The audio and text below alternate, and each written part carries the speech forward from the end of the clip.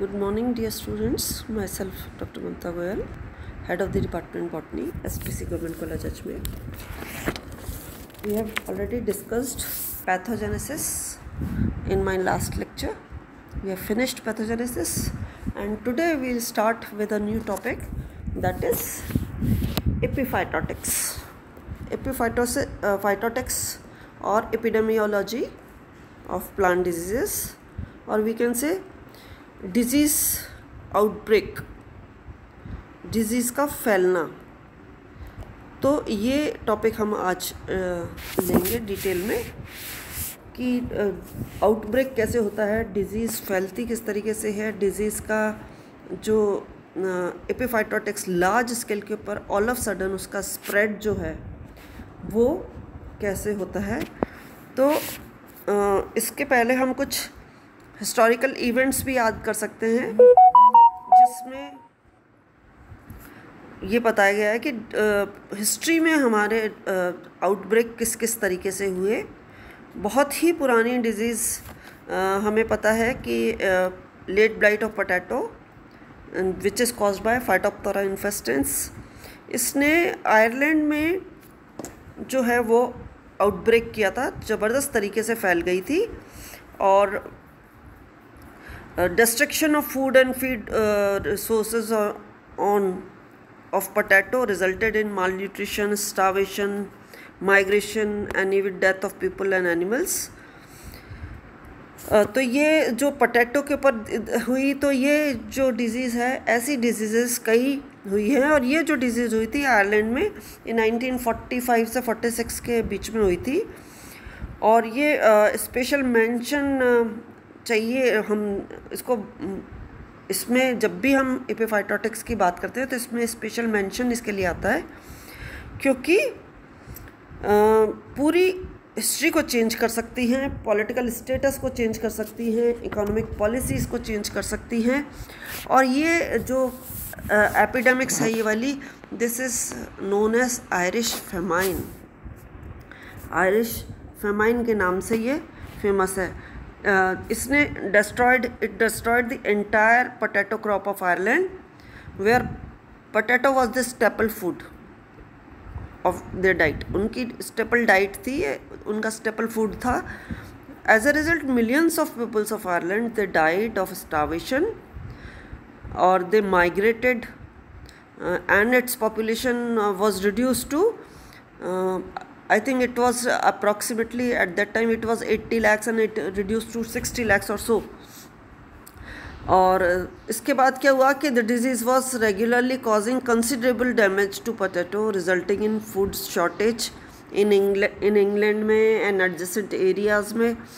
तो क्या हुआ कि in England free trade and import of food grain was prohibited, but as a result of acute shortage of potato, England was forced to allow import of food grains and other foodstuffs by changing its laws। मतलब laws में भी उनको change करना पड़ा था England को।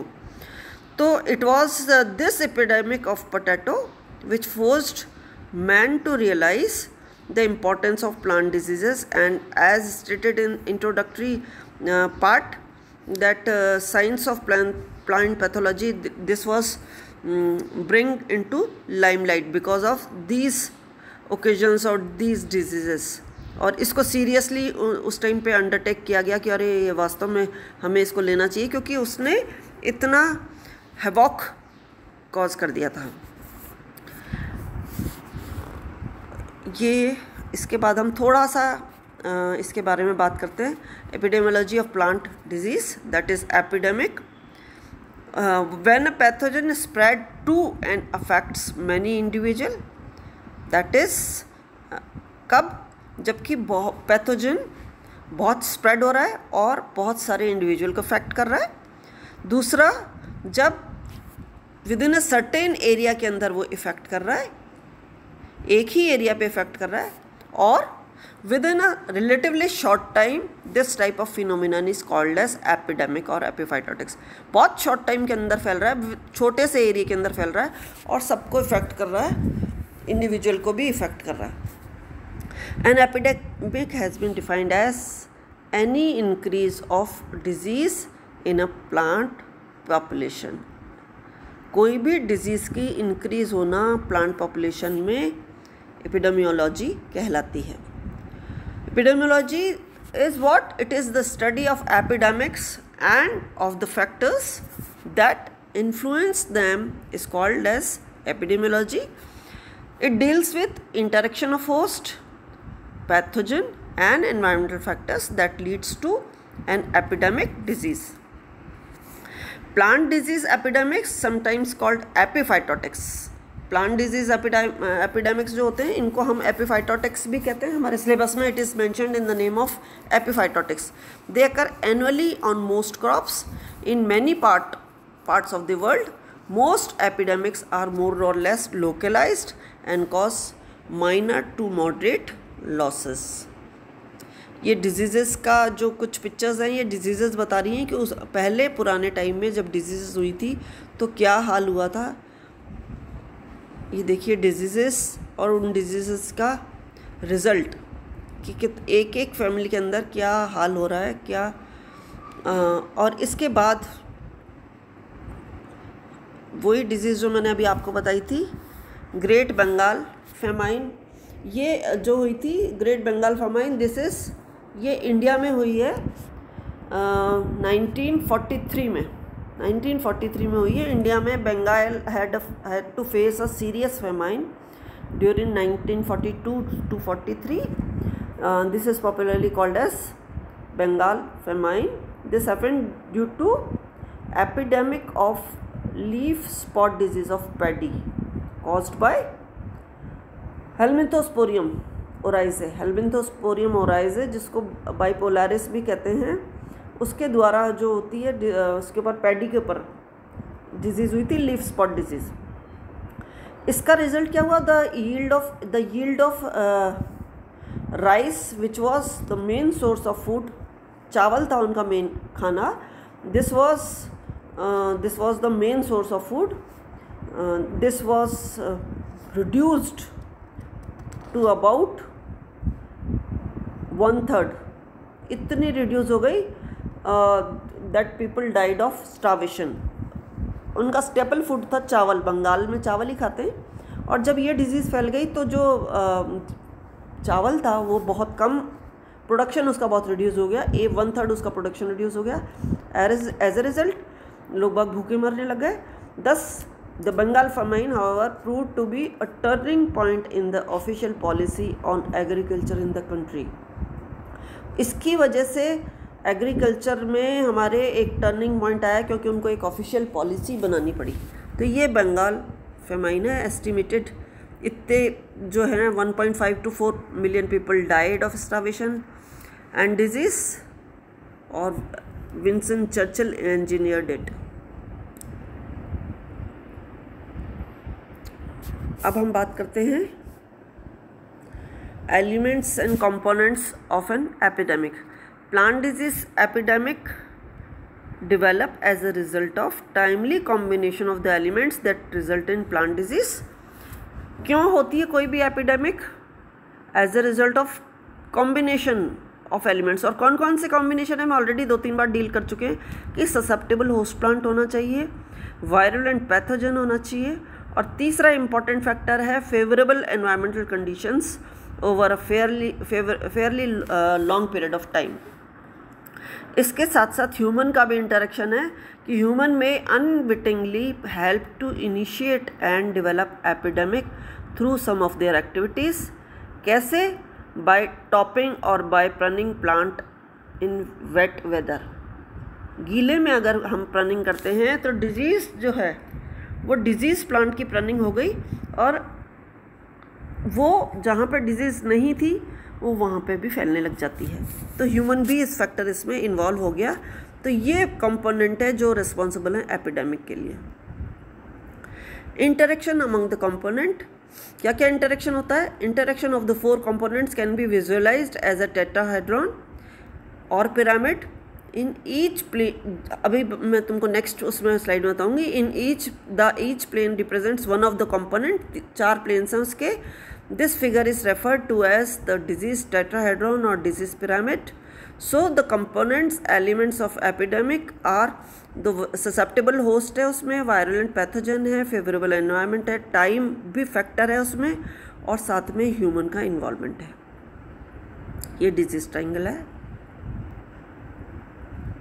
The interaction of the three components like host, pathogen and environment may be visualized as a triangle where each arm of the triangle represents one of the component. एक तरफ pathogen है जो कि violent pathogen है, fungi हो सकती है, bacteria हो सकता है, वायरस हो सकता है, निमेटोड हो सकता है, माइकोप्लाज्मा या स्पायरोप्लाज्मा, जो भी पैथोजन है वो आ सकते हैं. होस्ट, ससेप्टेबल होस्ट, क्रॉप हो सकता है या कल्टीवर. और फेवरेबल एनवायरनमेंट में एनवायरमेंटल सारी conditions, air temperature, soil fertility, soil type, soil pH, soil से रिलेटेड तीनों आ गए. टेम्परेचर से रिलेटेड एयर का टेम्परेचर या सॉइल का टेम्परेचर, और rainfall, relative humidity and soil moisture. तो ये फेवरेबल इसमें एनवायरमेंटल कंडीशंस आ गई. The interaction of 4 components environment and time can be visualized as a disease pyramid where each plane represent component. If the 4 components of the disease tetrahedron could be quantified, the volume tetrahedron would be proportional to and disease on a host population. ये देख लीजिए, environment है, pathogen है और host है, ये triangle है, और ऊपर उसमें लेकर के एक मैन का इन्वॉल्वमेंट और बताया गया कि मैन भी इसमें फैक्टर है. और इस वाले टेट्राहेड्रॉन में टाइम फैक्टर भी इन्वॉल्व किया गया है. Inter relationship of factors involve in plant disease epidemics, host है, पैथोजन है, एनवायरनमेंट है. ये एक ट्रायंगल बना, ऊपर तक अगर जा रहा है तो ह्यूमन हो गया, और इसी में एक टाइम फैक्टर भी है. तो डिजीज टेट्राहेड्रॉन में क्या क्या है, ससेप्टेबल होस्ट हो गया, वायलेंट पैथोजन हो गया, favorable environment, development of disease is affected by duration and frequency of each element over time, और उसके बाद duration and frequency of favorable environment. Managed pathosystem क्या होता है?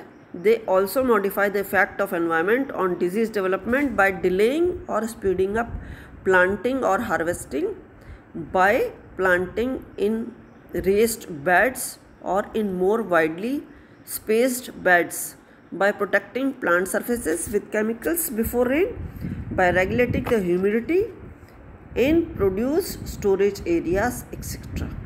Or thus proper interaction of human with the other 4 factors could be the way of proper management of plant pathogen. This phenomenon is known as plant pathogen.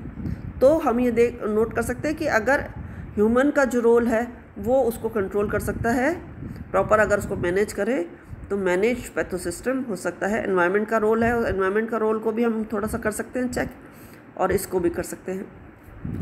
अब epidemics के कौन कौन से forms होते हैं इसको और ले लेते हैं. लास्टली जो टाइप्स ऑफ एपिडेमिक्स, एक तो पेंडेमिक कहलाता है, एक स्पोरेडिक कहलाता है, एक साइक्लिक कहलाता है. When an epidemic occurs over most of A continent, जैसे अभी उसका हो रहा है, कोरोना का पेंडेमिक है, सारे में फैल रहा है world wide, and causes mass mortality जो अभी चल रही है. एग्जाम्पल ये इसमें प्लांट्स का हम बात कर रहे हैं इसलिए हम प्लांट की बात करेंगे. एग्जाम्पल इसमें है late blight of potato caused by phytophthora infestans, Irish famine जो 1845 में हुई थी. Sporadic epidemic that occurs over a large area with irregular intervals and location and in relatively fewer population. ये स्पोरेडिक कहलाती है कि जो लार्ज एरिया में होती है विद रेगुलर इंटरवल्स पे होती है और थोड़ी पॉपुलेशन के साथ होती है. और साइक्लिक क्या होती है, इन एपिडेमिक विच अपीयर्स पीरियोडिकली, एक रेगुलर उसमें होती है, एक साइकिल में periodically after certain interval of time in a particular area. तो गैप गैप गैप गैप के बाद ये बराबर आती रहती है, उसको हम कहते हैं cyclic. So this is all about epiphytotics. लेकिन इससे रिलेटेड एक लेक्चर मैं नेक्स्ट और लूँगी जिसमें ये सारे मैं जो माइलस्टोन्स हैं वो माइलस्टोन्स को हम डिस्कस करेंगे कि जो भी एपिडेमिक्स और एपिफाइटोटिक्स फैली हैं वर्ल्ड वाइड या कॉन्टिनेंट वाइज या अलग अलग जगह पे, तो वो हम करीब करीब 12-15 डिजीज़ ऐसी होंगी, उनके बारे में नेक्स्ट लेक्चर में बात करेंगे। इससे पहले कि हम एक और लेक्चर लें, इससे नेक्स्ट लेक्चर में हम इसी एपिफाइटोटिक्स को एग्जाम्पल्स के साथ कंटिन्यू करेंगे। Okay, tata bye bye.